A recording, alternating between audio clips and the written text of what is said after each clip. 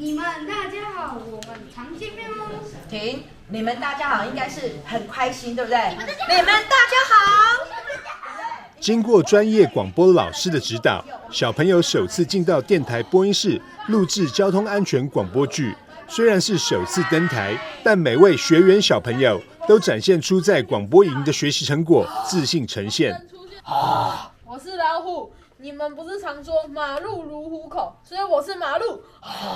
在车上会听广播的时候，就是会想要来这里练习看看，然后可以在学校的那个表艺课的时候会比较厉害，希望可以加油，把话讲得更清楚，更有自信。以前就读胜利国小，在里面参加影创社，然后在里面有学到剪辑跟录影的技巧。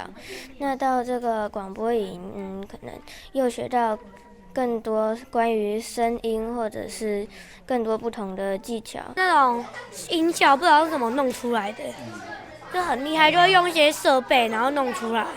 但那些设备也不是太复杂。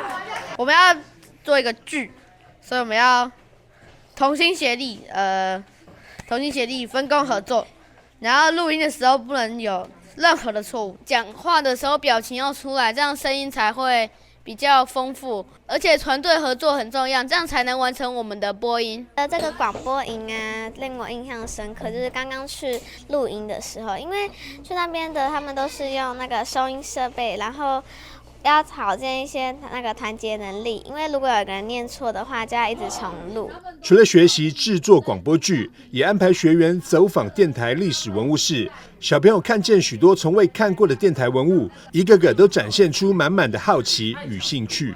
电话都会有那个电话号码，对不对？上面都有1234789。然后，但是我们这一支，你们有发现有什么不一样的地方？没有数字键，对不对？那些设备都很多，我们都没看过。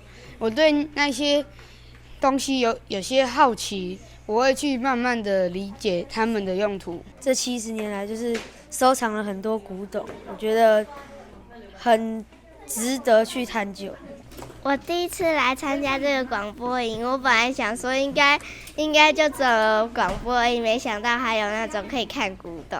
我第一次参加这种活动，我觉得很开心，然后很新奇，然后让我认识到很多之前都没有看过的录音设备，还有一些有关历史文化的和广播有关的东西。2024俊逸儿童广播营课程规划丰富，更邀请到第一线的记者与资深广播从业人员来授课，带领学员探索录音室，了解媒体工作者的幕后秘辛。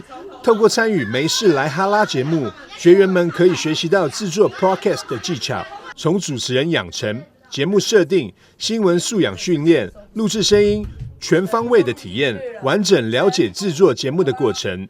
2024 Podcast 儿童广播营呢，有别于以往我们这次跟来野餐趴一起来合作。那我们最主要呢是希望孩子真的能够实际的去参与到我们真正广播人在做的每一个声音的露出的工作，包括他们要会声音表情，而且还要会口播配音。那连新闻还有打击假犯罪这个部分呢，就是我们都会让孩子们实地的透过我们的广播人才的教育去让他们学习。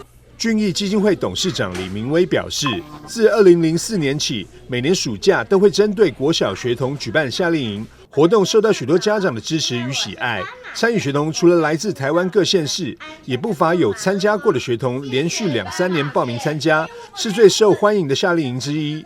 学生透过营队一系列的课程学习，结合108课纲，充实学习履历，展现最自信的自己。记者张硕维台南报道。